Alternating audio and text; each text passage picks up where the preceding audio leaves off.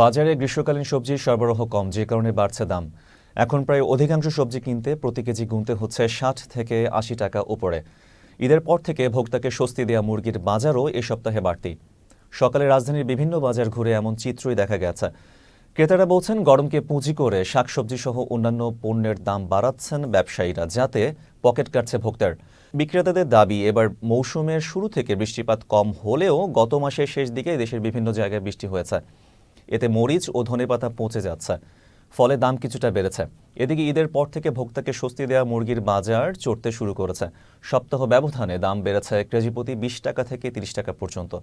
ব্যবসায়ীরা বলছেন, বাজারে কিছুটা সরবরাহ কমে যাওয়ায় দাম বেড়েছে। এদিকে নতুন চাল বাজারে আসার স্বস্তি ফিরেছে চালের দামে। ৮৮ থেকে ৯০ টাকা কেজি দরের মিনিকেট বিক্রি হচ্ছে ৭৮ থেকে ৮০ টাকায়। একই সাথে কেজিতে ২ থেকে ৪ টাকা কমেছে আটাশ ও নাজিরশাইল চালের দামও।